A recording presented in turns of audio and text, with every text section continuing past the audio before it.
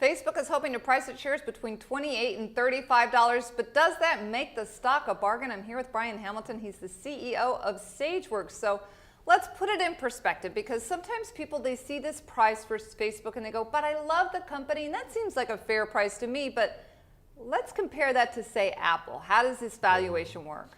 Right.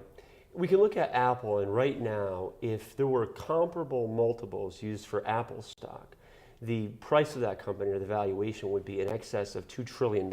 So right now, with Facebook going out, they're going to be probably priced between 20 and 25 times sales, which is a very high price for the stock, given both its financial performance on the sales end and its profitability.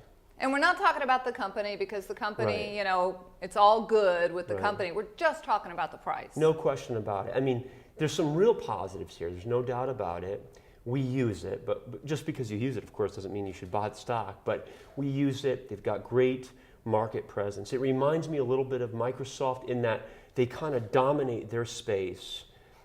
Sales are going up. There's profits in the companies. As you know, with some of these IPOs, you really look at them and you're just bewildered. Why would the company even go public? Because there's no profits. So that's check, check, check. That's all positive for Facebook.